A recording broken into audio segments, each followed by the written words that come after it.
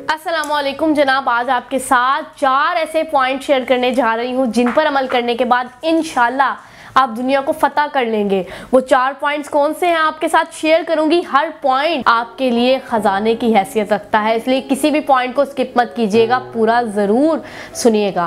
पहला पॉइंट जो है उसकी तरफ आते हैं। ये एक मिसाल से समझाने की कोशिश करती हूँ। मिसाल के तौर पर आप एक कंपनी में काम कर रहे हैं, वहाँ पे बॉस ने आपको एक प्रोजेक्ट दिया है जिसे आपने कंप्लीट करके लाना है।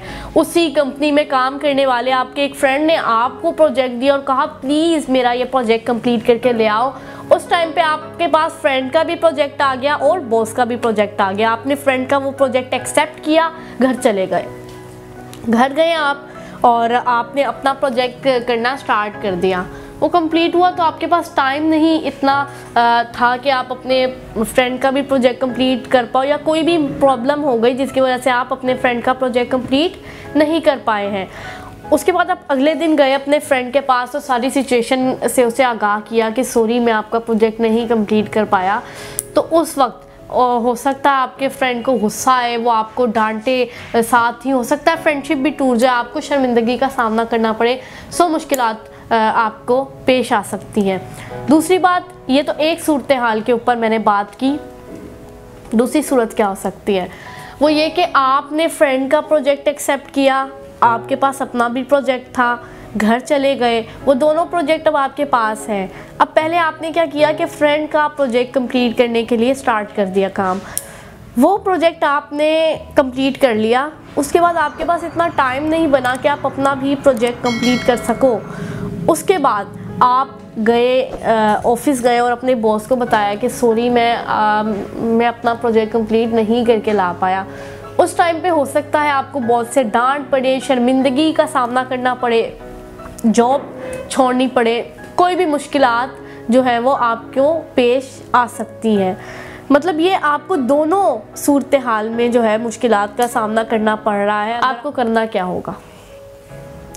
आपके लिए बेहतर ये है और इन मुश्किलात का हल भी ये है कि जब आपके फ्रेंड ने कह दिया कि मेरा प्रोजेक्ट कंप्लीट करके ले आना, अब आप जहन में सोच रहे हैं कि भाई मेरे पास तो इतना टाइम ही नहीं है, बड़ी मुश्किल से हो सकता है कि मैं अपना प्रोजेक्ट ही बड़ी मुश्किल से कंप्लीट करूं, तो मैं इसका कैसे करूंगा।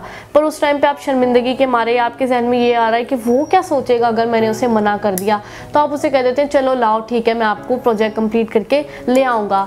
अब जब प्रोजेक्ट आप नहीं कंप्लीट करके ला पाए तो उस टाइम पे आपके दोस्त का गुस्सा होना, आपको डांटना, फ्रेंडशिप का टूटना, कोई भी मसाइल हो सकते हैं। उनसे बेहतर ये नहीं है कि आप उसी टाइम पे ऑन द स्पॉट फ्रेंड को कह दें कि सॉरी मेरे पास और भी काम है, मैंने अपना प्रोजेक्ट कंप्लीट करके लाना है, तो माफ़ी चाहता हूँ मैं आपका प्रोजेक्ट कंप्लीट करके नहीं ला सकता। हमें ये आना चाहिए कि हम दूसरों को किस तरह से नो कह सकते हैं। कहने का मतलब ये नहीं है आप दूसरों की हेल्प ना करें, दूसरों की मदद ना करें। वो चीज़ें जो हमारी ज़िंदगी में बर्डन क्रिएट कर रही हैं, हमारी लाइफ को ख़राब कर रही हैं, हमें सिर्फ उन्हें नो कहना होगा और यही कामयाबी का पहला कदम है।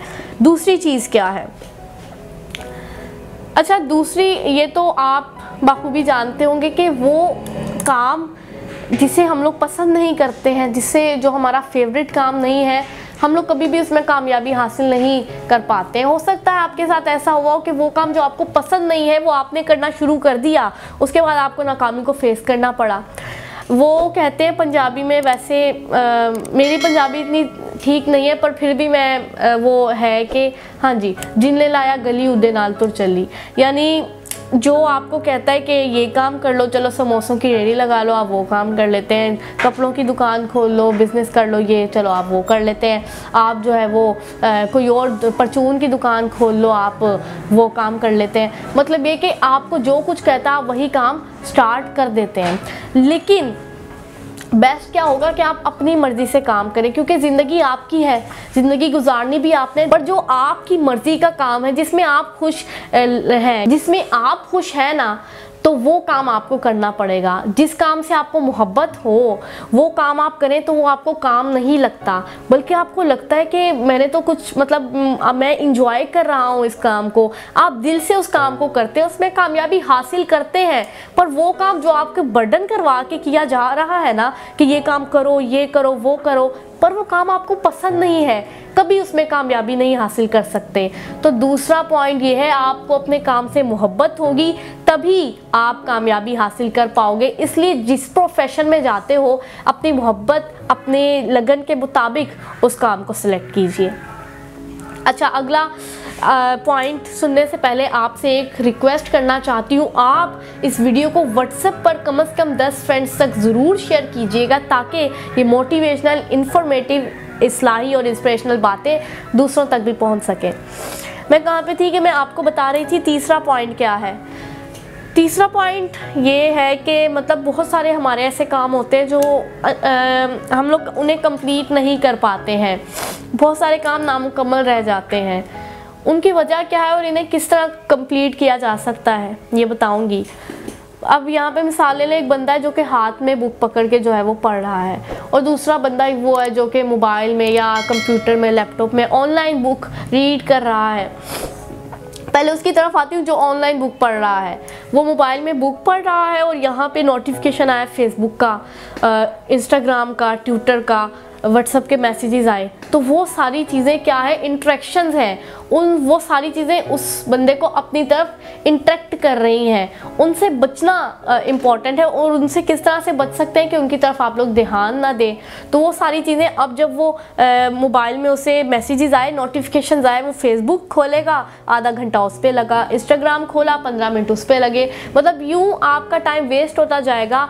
और जो बंदा हाथ में पकड़ के किताब पढ़ रहा है वो ऑनलाइन किताब पढ़ने वाले से ज़्यादा जल्दी जो चीज़ें हमारी कामयाबी की राह में रुकावट बन रही हैं हमें उन्हें हटाना पड़ेगा। वो इंटरेक्शंस, मतलब ये है कि हम एक वक्त में काम करें तो एक ही काम करें। एक वक्त में जब आप एक काम करेंगे अच्छे से वो काम होगा।